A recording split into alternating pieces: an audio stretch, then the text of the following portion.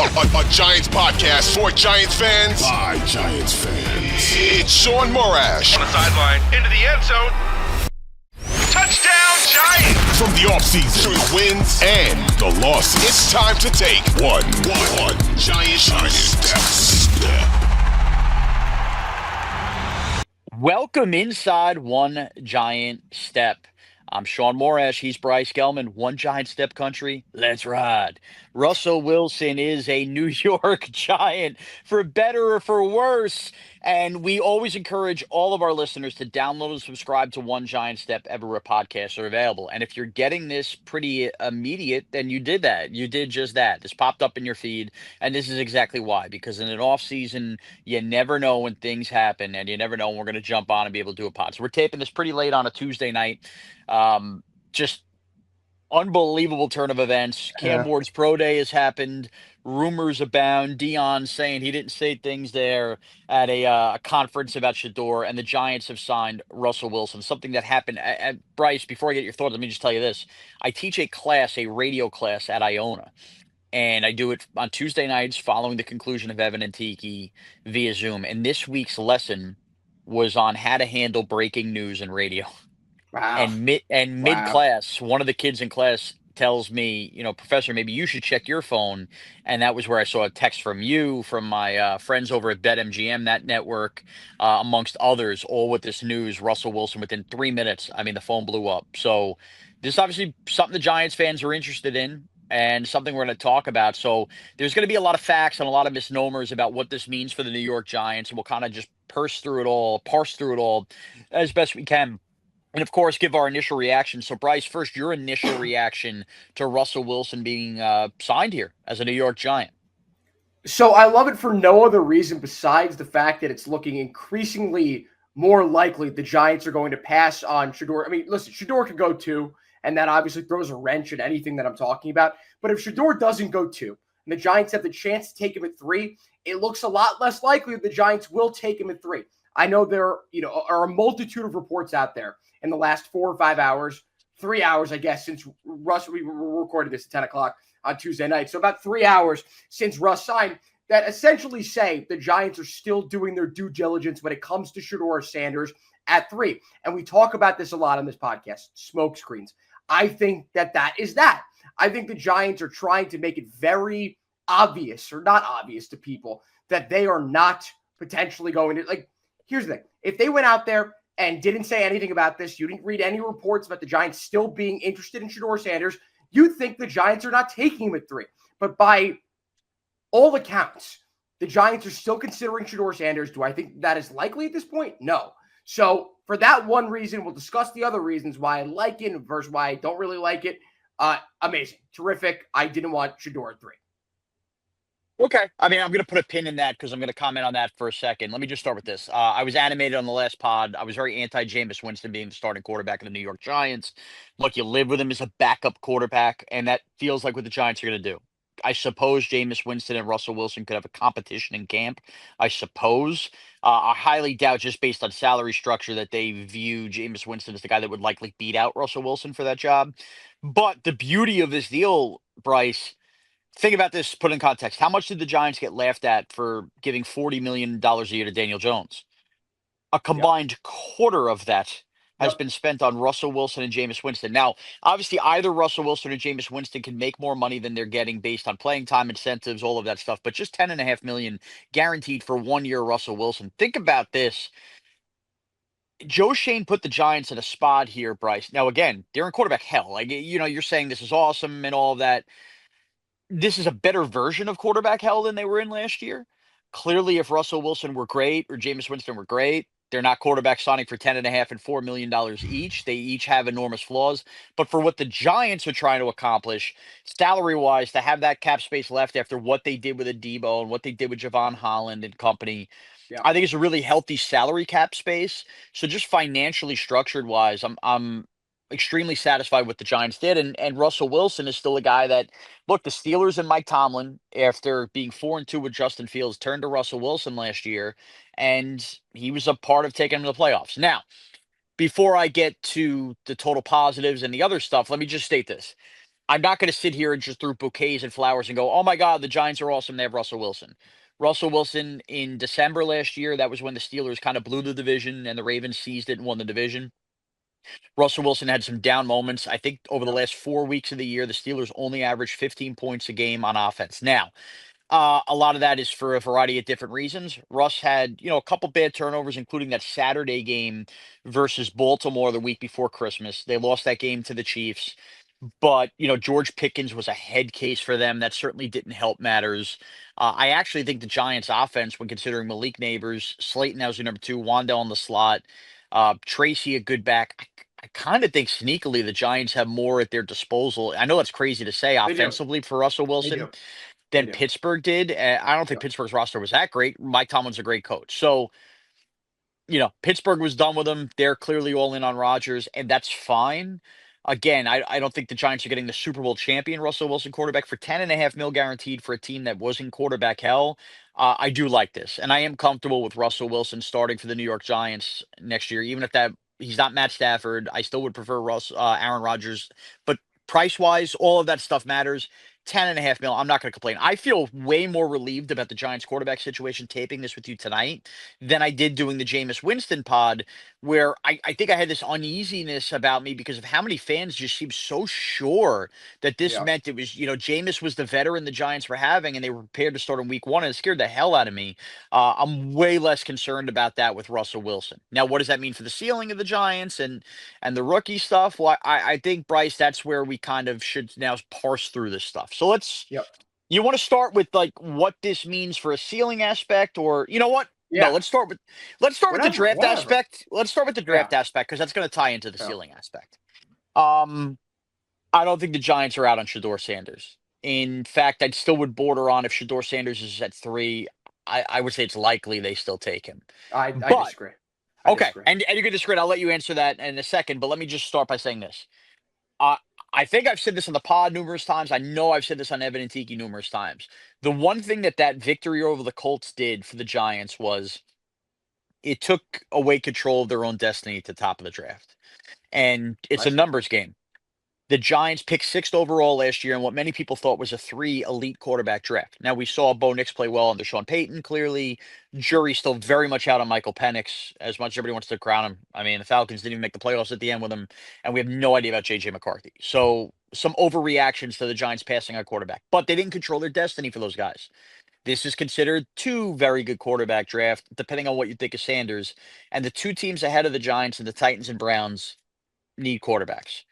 What I do think the Russell Wilson move tonight signifies to me, and I think every Giant fan should be relieved about this, is the Giants, I would be floored and stunned at this point if they traded up for a quarterback, Yep. namely Cam Ward, the 1st overall. Yep. And if you were in the camp of you were unsure if Cam Ward and Shedeur Sanders is the future of the team and therefore did not want to trade future assets, including next year's 1st-round pick, you should be extremely happy right now. Because I don't think that the Giants are in any position. I think they're going to stand pat at 3. You want to make the argument they trade back? I would even not do that either, but I guess, we'll wait and see. And I guess, we could kind of talk about it. But I think the Giants are going to stand pat at 3 and make a pick. Now, why do I think you think no shot on Shedeur? This is why I think they still are in on Shedeur. I wouldn't say no shot, but you said it's likely they would take him at 3. Yeah, I don't think it's I likely. do. I don't think it's likely. I'm not saying there's no chance. I put it at like 20% chance. You're right. Here's the thing. My thing is about this is if the Giants don't take Shedeur 3, there's a chance. I've seen some mock drafts of Shedeur falling all the way into the 20s. Like, there's no guarantee the teams behind him are so willing to draft him at that point. I'm just saying, like, that's the type of value that he has.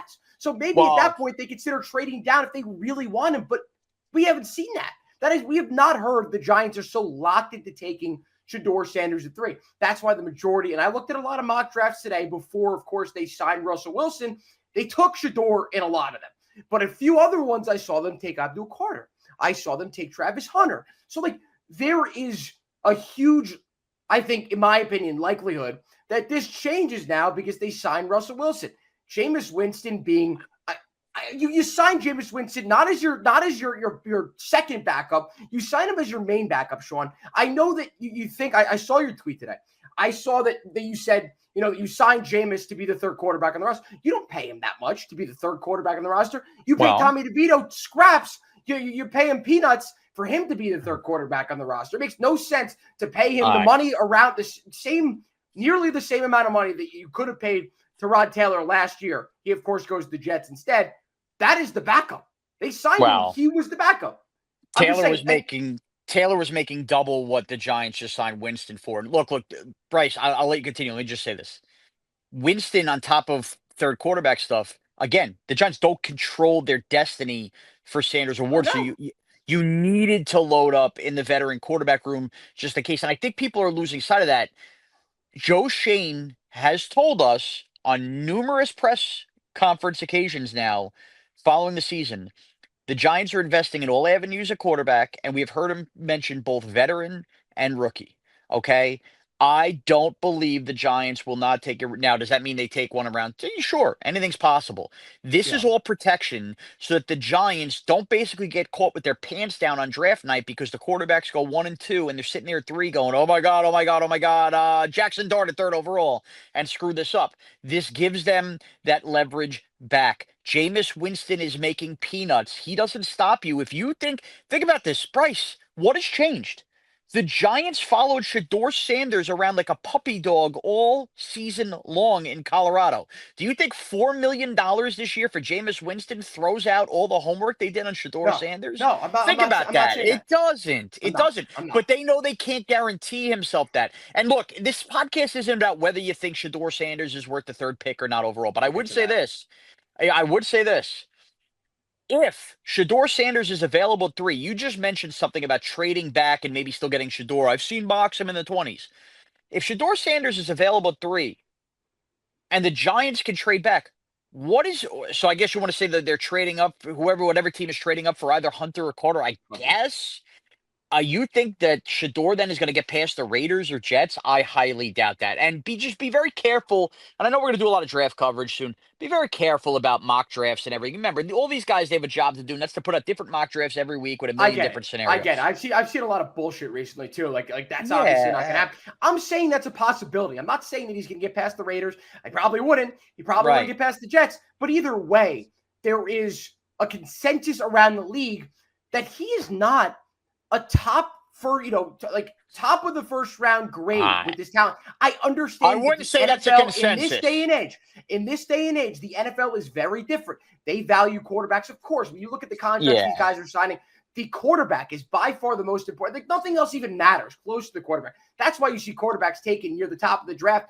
What I have seen, and I wouldn't say consensus, not 100%, but among the majority, I wouldn't even say majority. I think it's 50-50, dude. And I wouldn't say 50-50. I'd say more like 70-30, saying that Shedeur Sanders is no lock to be a top of the draft pick. You could look at him in any other draft class. If you put him in last year's draft class, is he even going in the top 15, the top 20? That's no guarantee. There's a lot of draft analysts who think he's better than McCarthy and Michael Penix, and those guys went top 15. You have very split thoughts on this. Oh, by the way, mock draft guys are wrong all the time. And you get smokescreen stuff like this all the time. Shedeur Sanders was thought of as a top. There was a point people thought he was the top quarterback in the draft. And you want to hear a hot take? I said this on Evan and Tiki on Tuesday as well. Wouldn't shock me in the least if the Titans preferred Shedeur Sanders and they're begging teams to trade up. But I think, it wouldn't shock me. I think that what the Giants did tonight was get some power back and some mojo. They're not going to be held over a barrel by the Titans. They're not going to be panicked by the Cleveland Browns. And if those two teams want to sit there and take quarterbacks, they're also not going to be embarrassed by just sitting there with a Jameis Winston, Tommy DeVito, Jalen Milroe room. That is what the Giants did tonight. And I respect that. And they did it of zero consequence to the future in terms of salary cap space. Hold up. Salary cap space, but there's something else. There's another dynamic in this. I feel a lot of people are pissed off on the internet right now, Giants fans, whoever. The fact that the Giants just signed a quarterback who's semi-competent, who can give the Giants a few more wins this year, and people think that because they signed Russell Wilson, now he's the starter, they won 6 to 7 games, they will not be in a position to draft an arch man, whoever at the top of the draft next year. And it's something that I said a few weeks ago, you flipped the F out about. I said, I'd rather the Giants lose more games so they can get the better quarterback next year. Now, here's the other thing about this. doing this isn't necessarily punting on this next year. It's not punting on the year after that. It's going out and making this team somewhat respectable. So I don't, at the end of the day, am I really like, am I buying into that fact of like, oh, the Giants are competent now, they're going to lose out on top? They could trade up.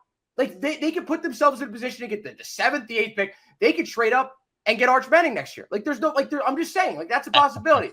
I'm just saying. I have a little bit of a hypothesis here, and I put that out there. The Giants take Abdul Carter, number 3 overall. They trade Kayvon for a 2nd, maybe a 4th too, and they use those picks along with their 1st-round pick next year. And they trade up for Arch Manning. Who says no? Well, first of all, Arch says no, because I hate to break this to you, Bryce, and hate to break this to people not paying attention to college football. Arch Manning's probably not in next year's draft. Even better. I don't know why people keep not realizing this. Also, you just explained exactly why I think the Giants are still taking Shedeur Sanders. They don't view themselves as a team that thinks they're going to be back up on this part of the draft. So that's, again, why I think Shedeur is in play. $14 million combined to Russell Wilson and Jameis Winston, who are begging for jobs, doesn't stop you from taking a quarterback 3rd overall. But it does stop you from being panicked and having to trade up. So, look, I liked it. Now, as far as, what they do and the roster wise and everything, what this team can compete like. Look, we all know they have tough opponents coming up this year: Chiefs, Chargers. They're playing some good NFC teams as well, Lions. Yeah. This was all part of it too. Whenever anybody saw the opponents, how are the Giants going to compete? This is how you compete. You build a defense, and oh, by the way, the big issue the Giants defense had last year, on top of whenever reports, did they get enough sacks? Did they get enough turnovers? They didn't put that defense in a position all year where they were playing with leads and they had a chance to turn balls over and get, those generated sacks and close games. And that was going to be extremely hard versus difficult opponents to do unless you got decent, competent quarterback play. Russell Wilson is going to give them the most competent quarterback play that this team has had in a damn long time. Doesn't make Russell Wilson great. Doesn't make Russell Wilson a long-term solution, but it does stabilize the team. And I would just ask any Giant fan this, including you, Bryce. Anybody who's so panicked and worried about winning too many games that you're not going to be able to draft your quarterback next year, are we freaking serious? What do you think the proper steps are for an organization? Because, Bryce, to me, it is very difficult to pick at the top of the draft and do what the Commanders did last year, which is go from 2nd overall to playing in an NFC Championship. Great if you can pull that off with a rookie quarterback. Obviously, it's any team's dream. The Texans, what they did with C.J. Stroud. I get all that. That's my dream too. It's also extremely rare. So the proper way to get yourself to sustaining yourself double-digit wins is to take a 3-win team, a 4-win team, and turn that team into a 7-win team. And that 7-win team can then, with the right quarterback play after that, become a 10-win team. And then that 10-win team becomes a 12-win team. The issue with the 7-win team getting that quarterback is how the hell are they going to do that? Unless they draft that quarterback in the draft, and that quarterback turns into a top Sanders a 3rd. I understand that. That's how the Packers have Jordan Love in waiting. That's how the Chiefs with Alex Smith have Mahomes in waiting. It's like we point to the Jaden Daniels thing and the C.J. Stroud thing, and we forget there's other ways to skin a cat here, and those other teams did it. And I think the Giants they've opened up a million avenues. They can do that with Sanders, but they also put themselves in a spot. You know what? They couldn't get either of those guys. Maybe the high 2nd-round pick is Jalen Milroe. We can all gasp and say we hate that, but at least by then you have Hunter or Carter on the team before you're taking Milroe, and maybe that's a guy they think can sit for a year and play. There's a bunch of different ways the Giants can go now that they could not go if it was just Jameis Winston as the veteran on this team. Period. I can't argue with that. But I still would tend to disagree. I mean, you didn't really sway me there. I just don't think that's the smartest. Smartest idea to do. I think that at the end of the day, drafting the best player available gives you the best chance to win not only this year, but win in the future. Because let's say the Giants win on Shedeur Sanders, then you're screwed. Because you win 7 games next year, you're not in a spot to draft. Remember, you're only screwed if you hold on to the guy for 5-6 years. You find out within 2 years. What did the Giants do with Daniel Jones? There's no guarantee the Giants wouldn't do the same thing with Shedeur Sanders. Also, maybe they view Shedeur Sanders as a prospect that does have to sit for a year. Maybe they do, and maybe they think the best way for them to be successful is to have him sit for a full season. Maybe. We don't, you know what I mean? They could look at him and say, we think we can hone in. There's some things that we need to work on. We're not comfortable starting week one. There is like 1,000 different scenarios still involving Shedeur Sanders for this team. Maybe none of it happens. And if none of that happens and they take Carter Hunter and they go win those 7 games, I think they're going to have a young quarterback in the second round, if not trading up with that third or second at the end of the first round, or they have now built themselves up to a team. If you build yourself up to a team that's worthy enough to win 7 games with Russell Wilson, that means the roster's made immense progress, and that means next year you're not worried about trading future firsts to go up in what's deemed a deeper quarterback draft, a quarterback draft like last year, and go take whoever that may be. And by the way, we're talking about Drew Aller, Penn State. Yep. We're talking about Garrett Nussmeier, LSU. But it just, look, every Giant fan complained and complained and complained about $40 million to Daniel Jones. The Giants added a corner, added a safety, added, depth on the line, Yep. did all of this, and took the quarterback position of which they needed better play than Drew Lock, Daniel Jones and company, and now have 2 guys making a combined $14 million in guarantees that you can strip and get rid of after next year. That's not a positive for Giant fans. I mean, what are you looking for, John? I understand quarterback health stinks. It stinks not having your franchise quarterback set up right now, and we know for the next decade. They have options after signing Russell Wilson for peanuts Yep. for what a quarterback who's just in the playoffs makes. Sorry, they do. Again, doesn't mean they won't stink. Doesn't mean he won't stink. Doesn't mean we won't all hate this. But there's at least some room for hope and optimism that these receivers can develop with moon balls and everything else alike. Bryce, overall, I think it's positive. And I think that's where we should leave the pod tonight, Bryce. And I think Yep. that we'll regroup. I think believe me, by the time we do our next podcast, there are going to be more stories out about the Giants draft plans. There's going to be more smoke. And I think we're going to really get into the nitty gritty, and it will be April, and we will be full steam ahead with draft prep. So I teased draft prep last episode. I didn't know Russell Wilson was coming on this episode. So get those questions in, all your draft questions, even if it's not quarterback related, start sending them at Bryce Gelman on Twitter and X, at Shaun Morash at Twitter and X. Giants country, let's ride. Download and subscribe to One Giant Step everywhere podcasts are available, and we will catch you next week.